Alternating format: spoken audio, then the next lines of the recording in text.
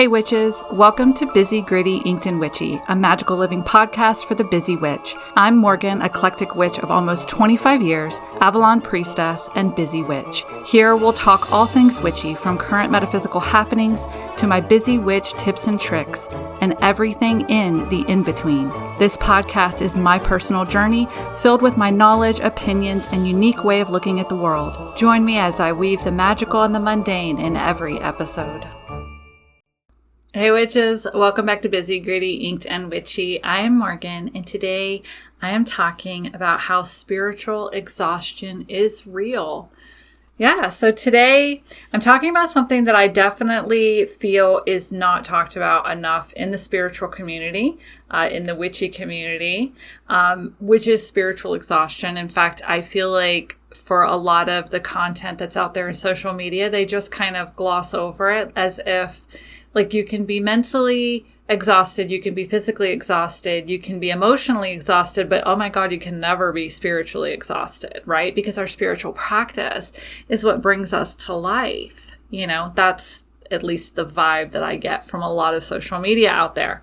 So you're doing the work, you're manifesting, you're healing, you're shadow working, you're meditating, you're tracking the moon, you're paying attention to the planetary retrogrades, but all of a sudden you hit a fucking wall, okay? Or your spiritual practice, pulling cards, cleansing, meditating, whatever it is, all of a sudden it feels like a chore. It used to bring you joy, but it no longer feels that way. Okay. It's another thing on your to-do list. These are signs of spiritual exhaustion. Okay. So if your spiritual practice feels heavy or you feel disconnected, know first off that you are not broken. Okay, you are just exhausted, and that is okay. So let's break it down in today's episode. Let's normalize it, and let's get the truth out there about it. Okay, so in today's episode, I'm going to be talking about what spiritual exhaustion is, why it happens, how it shows up, and what to do about it. And you guys, I have a lot of notes. So normally, just as like a little inside tip thing, my podcast episodes in a notebook are about 2 pages long, okay? 2.5 if I put some Patreon bonus content on that 3rd page along with the run over. I have 4 pages of stuff for you all because this is something that I not only am definitely resonating with right now or I'm getting through right now, but it's something that I really truly feel like is not talked about. And I want to talk about it. Let's talk about it. All right. So first thing, what is spiritual exhaustion?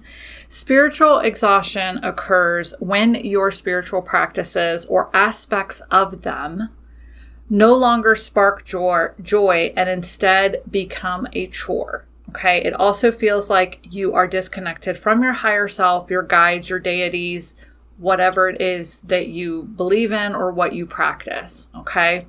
It is very common, especially for witches, healers, empaths, spiritual people in general. Okay, it is very common because our practice, our magical practice, our spiritual practice is such a big part of who we are. Okay, the average person does not have any type of spiritual beliefs or practice. Okay, so when they get burned out mentally, physically, emotionally, energetically, but they don't also have this other aspect of getting spiritually burnt out. Okay. It is especially common if you are on an active healing journey or you are actively doing shadow work. Spiritual burnout or spiritual exhaustion can happen very quickly if you are on an active healing journey.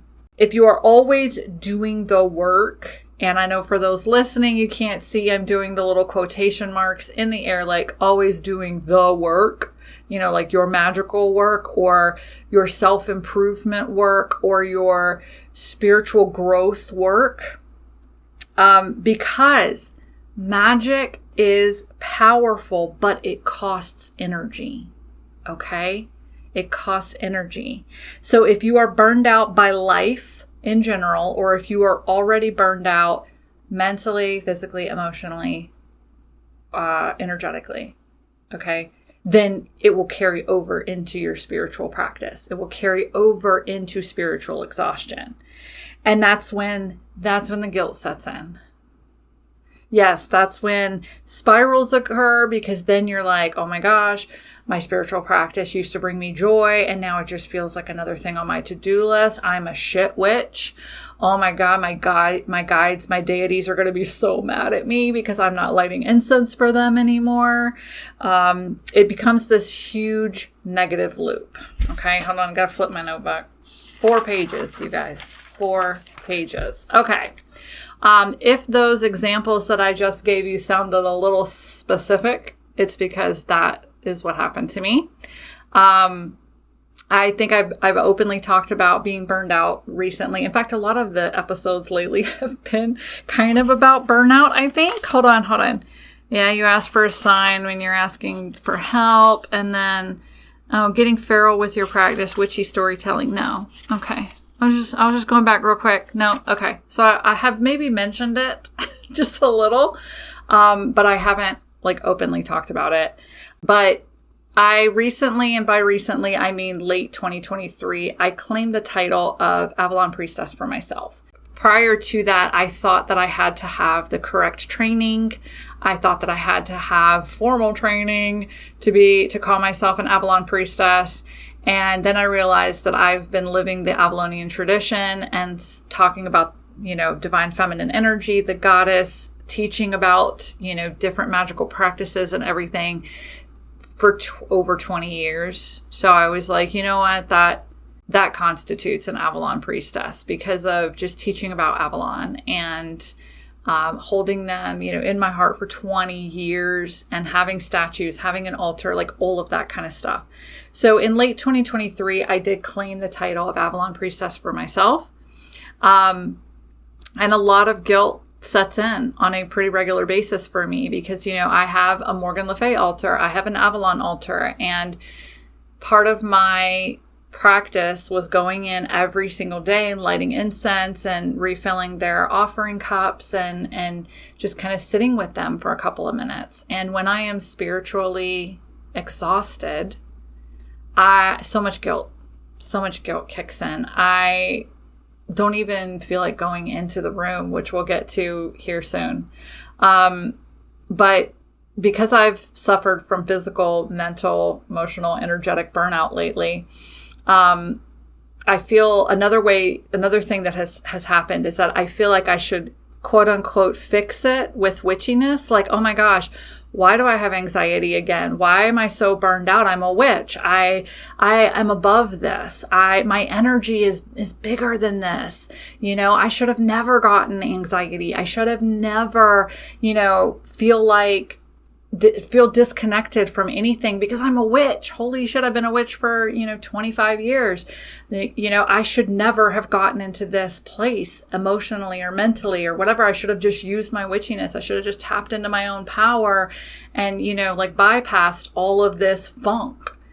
And so guilt and shame happens a lot, this huge negative spiral. And so I just didn't even feel like going into my room. I knew meditating was out of the question. I felt like, oh my gosh, as soon as I do meditate or connect with them, they're going to yell at me and scream at me, which my guides don't. My deities don't. So yeah, that's all what's happened to me. And I think that those are factors that have led to me being spiritually exhausted in recent history. Okay. So why does spiritual exhaustion happen? There are a couple of reasons why I believe this is something that's happening a lot more and more. The first one is transformation. Okay. When you are a witch and you are constantly doing the spiritual work, you're constantly doing the shadow work, you're constantly healing old wounds, okay? You enter into this flow of, especially with shadow working, identifying a wound digging to the bottom of it through whatever means you do, therapy, journaling, meditating, whatever, but digging to the bottom of it, bringing it to light, taking your power back from that wound and healing the wound. Well, when you do that, okay, you are essentially up-leveling your energy because now you have a shadow or a wound that was holding you back that you have taken away your power from, which then strengthens you and raises your vibrational level and all of that gorgeousness. So you up level. Okay, that's what I'm going to call it. You up level. And you get to this new level and now your energy is like, oh, she's good. All right, well, throw this at her. You know, like, oh, she can handle this now. So another wound opens.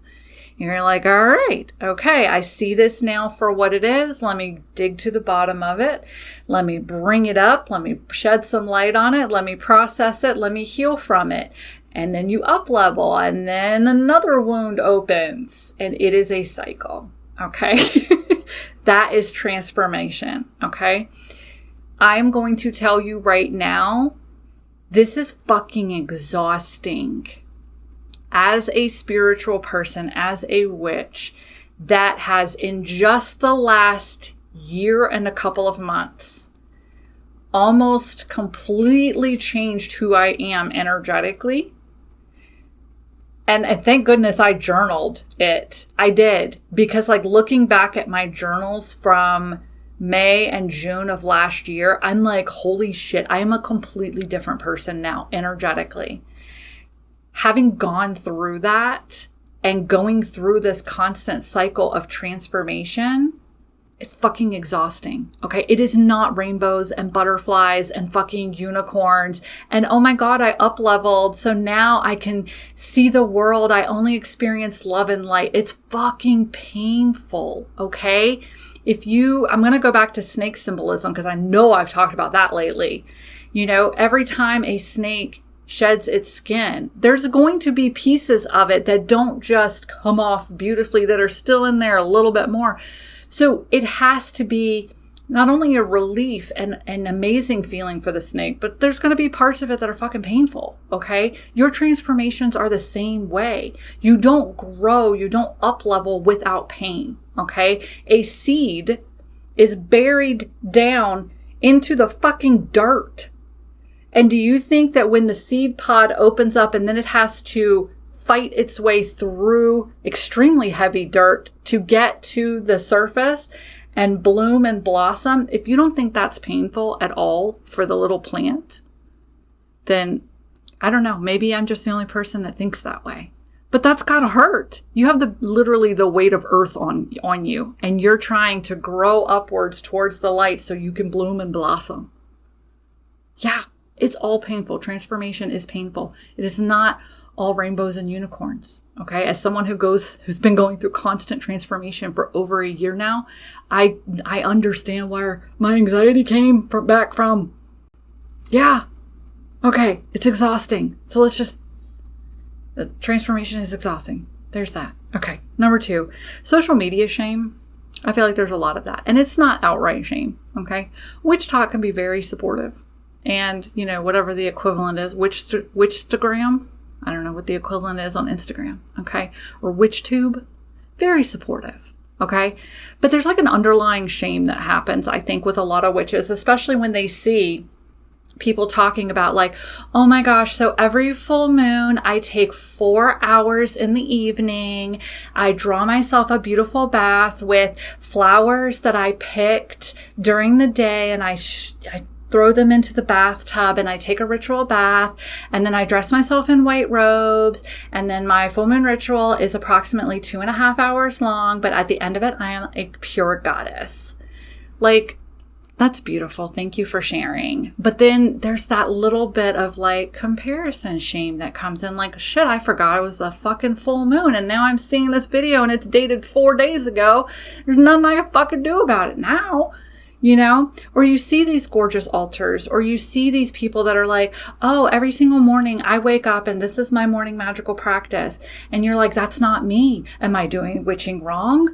Am I not a true witch because I'm not fucking doing a ritual bath every goddamn full moon? I don't even have a bathtub. you know? So we see a lot on social media. We are exposed to the world through the internet now. And with that comes comparison. Okay. So it's not outright shame. If you are following anybody that's like, if you're not doing the full moon practice every single full moon, then you're not a real witch. Unfollow that bitch. Okay. So let me just say that. But it's like an underlying guilt thing that sets in because you compare yourself to what you see on social media and you compare your practice to what you see on social media. And so I do feel like that 100% contributes to spiritual exhaustion because you're like, I don't have time to do a 4-hour full moon ritual. Like, nor do I even fucking want to. So you know what? Maybe I'm not a real witch. And that's the negative thoughts that occur when you're watching that kind of shit on Witch Talk. Okay. Number 3, rest is not a part of our society. If you are from a country that does prioritize rest, I do believe like Italy and Sweden are prioritize rest. I'm sure there are other countries. I just happen to have seen like documentaries on those. Then you're lucky because here, especially in America, rest is bad. Oh man, you don't rest. You don't stop producing. You don't stop being productive. You push, work. Burnout is a sign that you are doing something in the world. And it's wrong. It's so wrong. Okay? Rest is bad. Productivity is good. And this carries over into spirituality. We're ingrained with it, especially here in America. We are told if you're doing something, then that's good. So if you're doing something in your spiritual practice, then you are a witch. If you are doing something, then that means you're spiritually growing. But if you're not doing anything in your magical practice, then you are not a witch, or you are not growing spiritually, or you are not progressing yourself as a witch or spiritual person. Okay. This is all wrong. Okay. This is all, I'm going to blame it. It's societal conditioning. Okay. Especially if you're an American. Okay. Rest is not part of society. There's always a book to read. There's always a meditation to do. There's always a subject to learn. There's always a class to attend. There's always something. There's always a Sabbath. There's always a full moon or a moon phase. There's always a Wednesday, which is the day for communication. So you should be doing something that day. And Fridays are for self-care. And Sundays are for going outside and doing the sun, worshiping the sun. There's always something to do, and that's the mindset we've been given as a society. So if you're not doing, then you're not really a witch, or you're not being productive, even in your spiritual practice, okay? So that is the third reason I do believe that spiritual exhaustion exists. And then number 4, the common misconception that spiritual equals high vibe.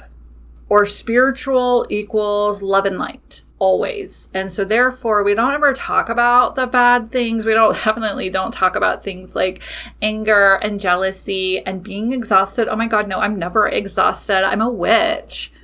Do y'all like my sassy, my sassy witch talk voice? It is totally Valley Girl. And I really hope that, I know that the people that watch this on YouTube, you 100% see my faces and you understand the sarcasm here. Hopefully it also translates audibly, through your ear. You're listening. Those of you who are just listening to my podcast.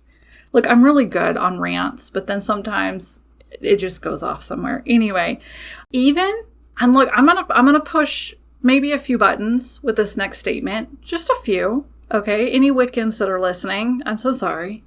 But even the rule of 3, or the Wiccan read of, and harm none, do what you will, or the rule of 3 where you believe that everything you put out comes back to you times 3 can have negative connotations, because if somebody did something wrong to you and you really want to put a bitch in a jar, you're going to be like, oh my God, it's so wrong. There's that shame. You're going to be like, oh my God, it's so wrong for me to want to, do harm to another person, even though that bitch really fucked my life up. There's that shame that comes in and the guilt. And then that leads to spiritual exhaustion because you're like, oh my God, or even the rule of 3, like if you're sitting there quote unquote low vibe, and that's the energy you're putting out, and then you're just like, oh my God, I'm just getting it back. Like, how do I just switch into high vibe? There's guilt and shame that comes with that as well. Okay. So if you feel like you're angry, exhausted, whatever, and you don't acknowledge it, you don't want to acknowledge it because you believe in the rule of three, or because you believe in the Wiccan read, or because you believe that witches or spiritual people have to be high vibe all the time. If you believe this, then what happens is spiritual bypassing, and you just shove that shit down. And you're like, we're not going to acknowledge it. Okay. Oh my God, no, I'm not angry. Oh my God, no, I'm not jealous. Oh my God, no, I am not low vibe. I am completely high vibe. Okay. And, we're just not going to talk about that. And I'm just going to stay high vibe. What just happened is you just created a little shadow that is now going to fester and fester and fester under the skin until it explodes one day and you're forced to acknowledge it. Okay. So I feel like that common misconception also leads to spiritual exhaustion. Okay. So for me personally, and I don't know if y'all have noticed this, but I've kind of given you the information and I'm sharing like personal. Anyway, I'm going to be real with you all because I've already been real with them and it was amazingly supportive. And I am so absolutely grateful to my Ink Spirit Coven members. So because I teach in the Ink Spirit Coven, I had an underlying limiting belief or an underlying wound that told me that I always had to be the quote unquote best witch. I have to be in teacher example mode all of the time.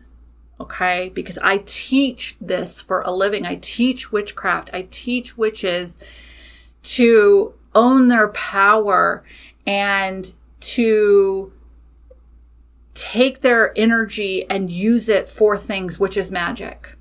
So therefore, I have to always be on.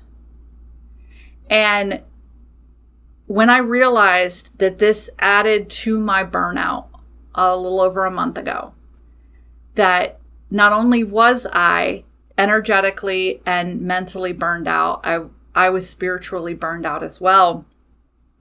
I confessed it in the coven. And I said, hey guys, I just want to be real with you all. My anxiety is back. It is back in full force. I don't know why this happened except for the fact that I'm burned out, but this is why I've been missing because I just stopped showing up in our circle for a little while. I still showed up to meetings, still showed up to classes, still taught classes. I'm very good at compartmentalizing. So even like right now, I'm good, so like y'all are getting the real me and they were getting the real me as well because I'm very good at compartmentalizing. So I could take my anxiety and all of that, put it in a little box, put it up on the shelf, teach a class. And then once the class was done, I would take it back down because I don't leave shit on the shelf. I take it back down and bring it back in and process it. Okay. So I confessed how bad I was doing. And that's actually when the healing could begin because I had surrounded my anxiety and what I was going through in so much more shame and guilt because I felt like I had to, like, I'm better than this. Oh my God, I'm better than this. I teach people how to beat their anxiety. I teach people energetically what anxiety is. I've shared my story, which other people have told me has been inspirational for them. And here I am having a panic attack at a resort, sitting next to my husband. Like, what the fuck? I'm so much better than this. And that's the shit that ran through my head. So it was me coming clean to them and confessing to them, you guys, I'm not doing good. That's where I was able to exhale and breathe again. And once you breathe again, the healing can begin. You've taken the step, you've acknowledged it, you've put it out there to the world or to who it matters to the most. And now it's not coded in shame. It's not coded in guilt. It's not coded in shadow and hiding it anymore. So that's why it happened to me. Or I was already burned out and I was spiritually burned out as well, spiritually exhausted. And that's how I kind of pulled it all together. Yeah. So how it shows up, spiritual exhaustion can show up when your magical practice now feels like a chore. These are just some signs that I've noticed in myself, but also talking to other witches, okay? You avoid tools or spiritual spaces because you feel guilty for not doing things. That's me. So my sacred space, like if you're walking down the hallway in my house and my bedroom is the last door off to the left, my spiritual space is the door right at the end of the hallway before you make this left. And I would see it, and then I would just kind of glide past it right into my bedroom. Didn't even want to look at it, did not go in it, because I thought my deities were going to be really mad at me for not lighting their incense anymore, and not refilling their water, and I just couldn't. So I felt so bad. I was like, I can't even go in there because I just don't have the energy I don't even have the energy to meditate right now. Your intuition is quiet, or you even feel a little numb. That can be an indicator as well. You feel completely disconnected from things that once brought you joy, or someone gives you some spiritual advice like, oh, have you tried this or da-da-da-da, and you just resent it, or you get cynical about it, because it's hitting a pain point. It's hitting a trigger in you because you know you want to be doing something different, but you just don't have the energy. So people giving their advice to you and like, oh, have you tried this? Have you tried this? I mean, even if this episode might be pissing you off a little bit, it could be because you're spiritually exhausted, because I'm trying to help. But if you're in that place and you're like, man, fuck what she says, it could be a sign you're spiritually exhausted as well. Okay. Sometimes you all got to know this conditioning runs deep. You shame yourself for needing a break from the thing that's supposed to bring you peace. It sucks. It is like a vicious spiral downward. Yeah. So what can you do about it? All right. Number one, and I don't think these are in any particular order, but maybe they are, because I do have some numbers crossed out and then rewritten. So maybe in this order, or just do whatever.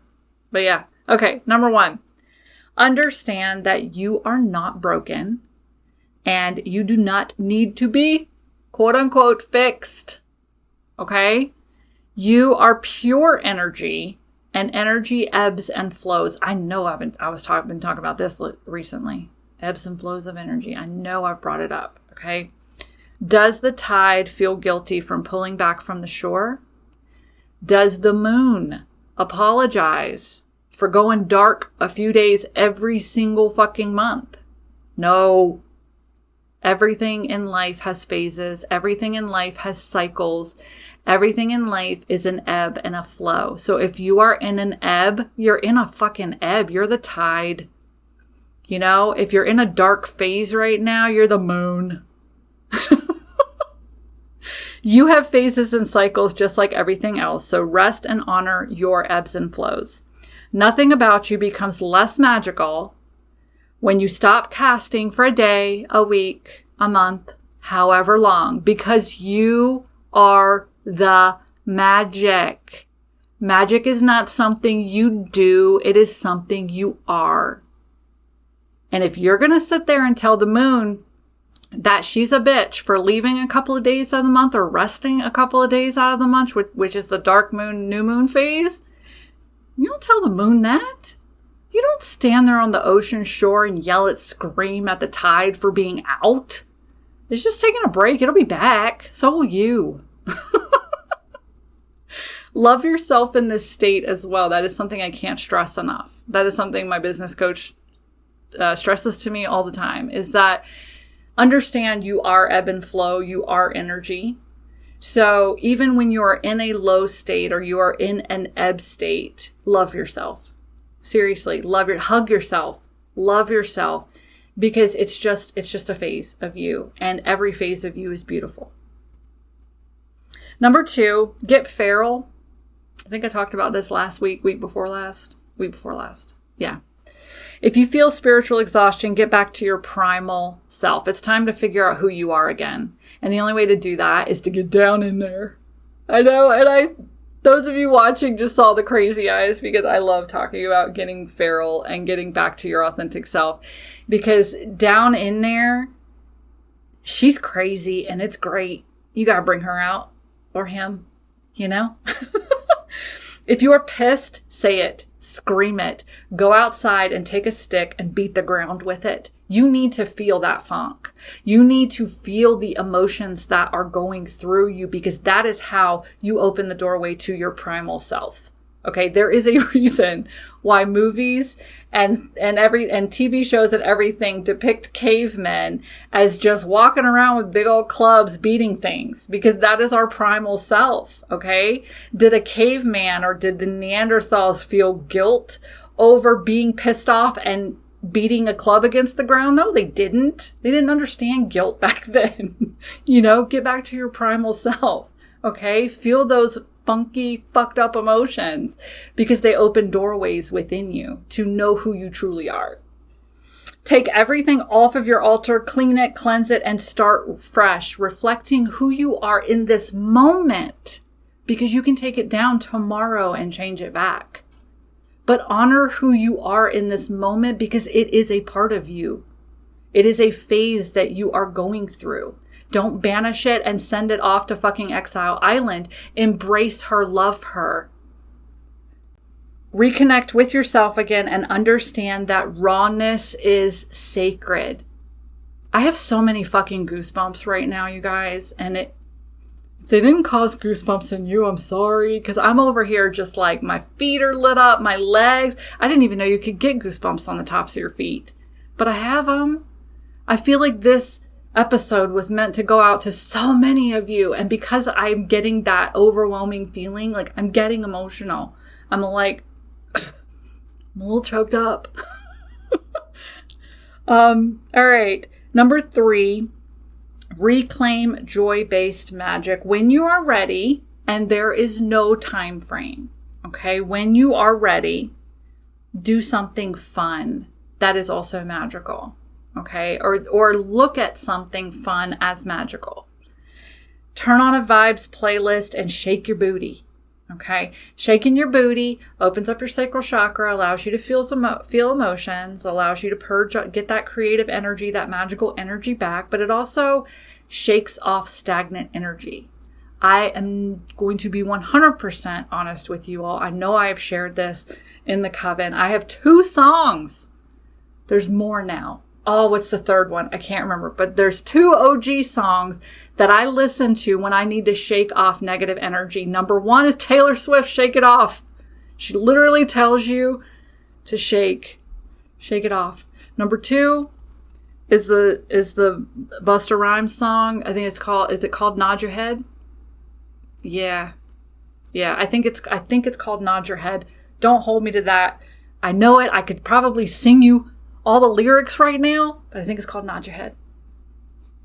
Those are the 2 songs I put on when I literally just need to shake negative energy off of my body, shake stagnant energy, and reawaken my body from being dormant.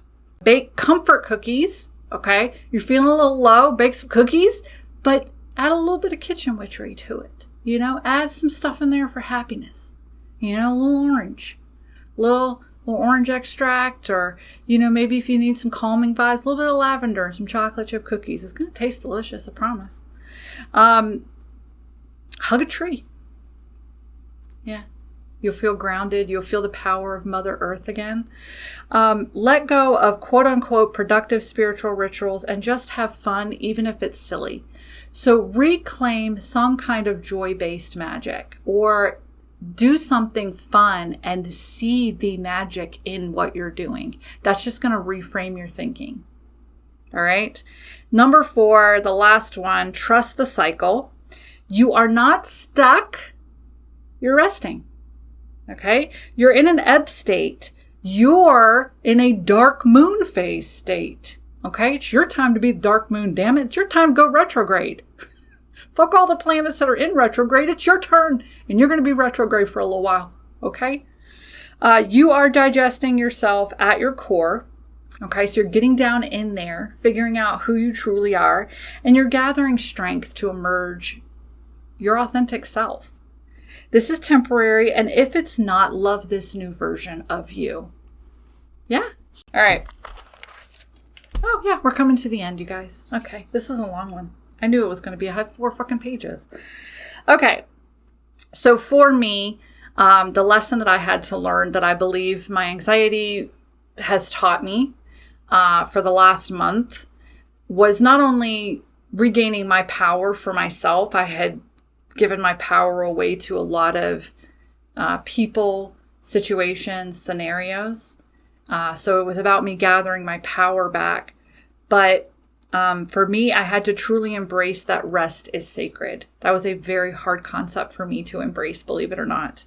Rest means that I love myself and I'm listening to my true self, not one conditioned by society and my childhood to push, and be productive. That's how I was raised, just as a little insight. However productive you were in society was how much you were worth. Not a great lesson to learn as a kid and to kind of carry through your entire life. And rest was quote unquote lazy. And I know if Ms. Megan Winkler's listening to me right now, she's like, rest is not lazy, because that's her like big thing about being a burnout coach and all of that. And she's done a lot of social media posts about it lately. Is rest is not lazy. That's a social conditioning. Okay, rest is sacred. For me as well, divine feminine energy, I definitely had to reconnect with that, because divine feminine energy rests. Divine masculine energy pushes. And let me tell you, divine feminine energy pampers, she nurtures, she wraps you up in a soft blankie and tells you everything's going to be okay. And you know it is, because this is just temporary. So I really had to get back to divine feminine energy. I really had to open myself again and realize that divine feminine energy is present.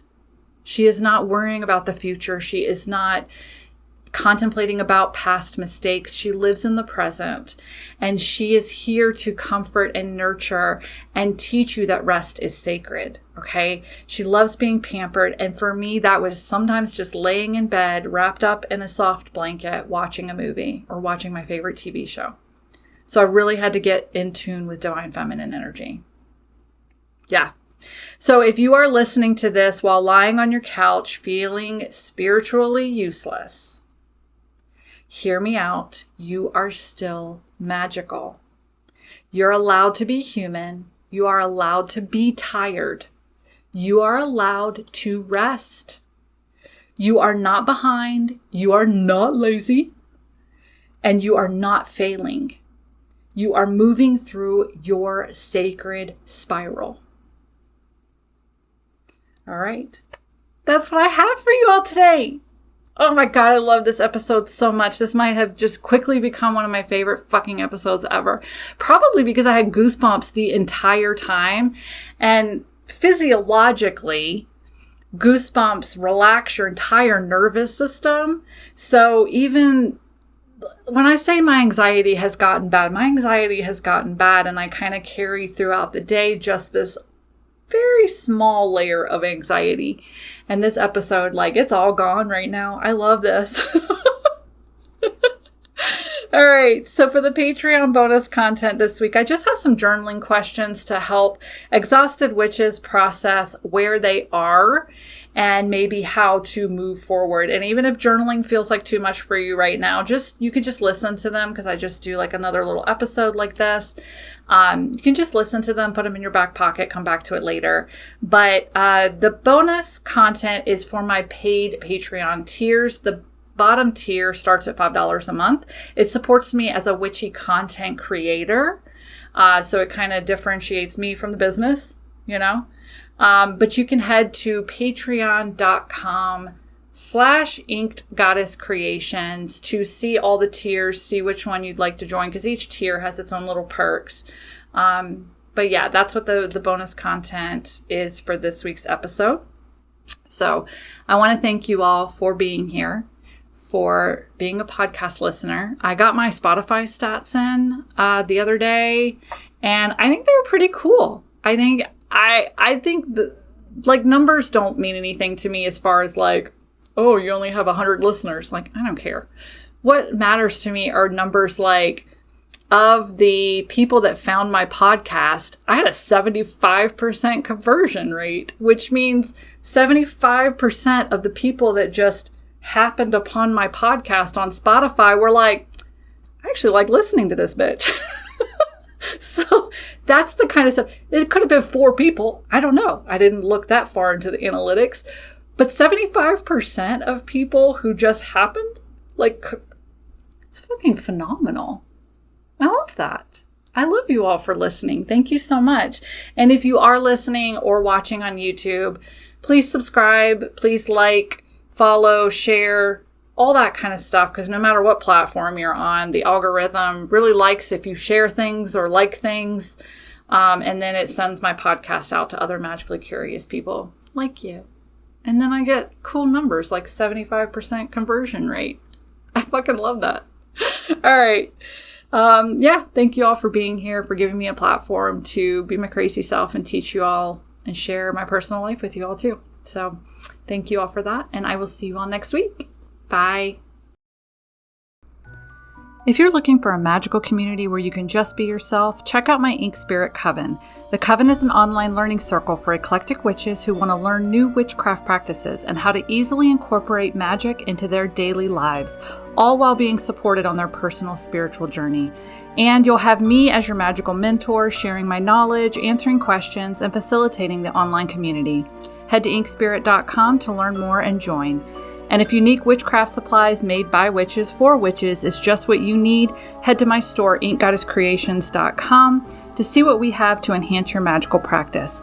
We also have the Ink Goddess Creations box, a monthly subscription of magick mail filled with exclusive items that fit a magical theme. Head to the site to see this month's theme and sneak peeks.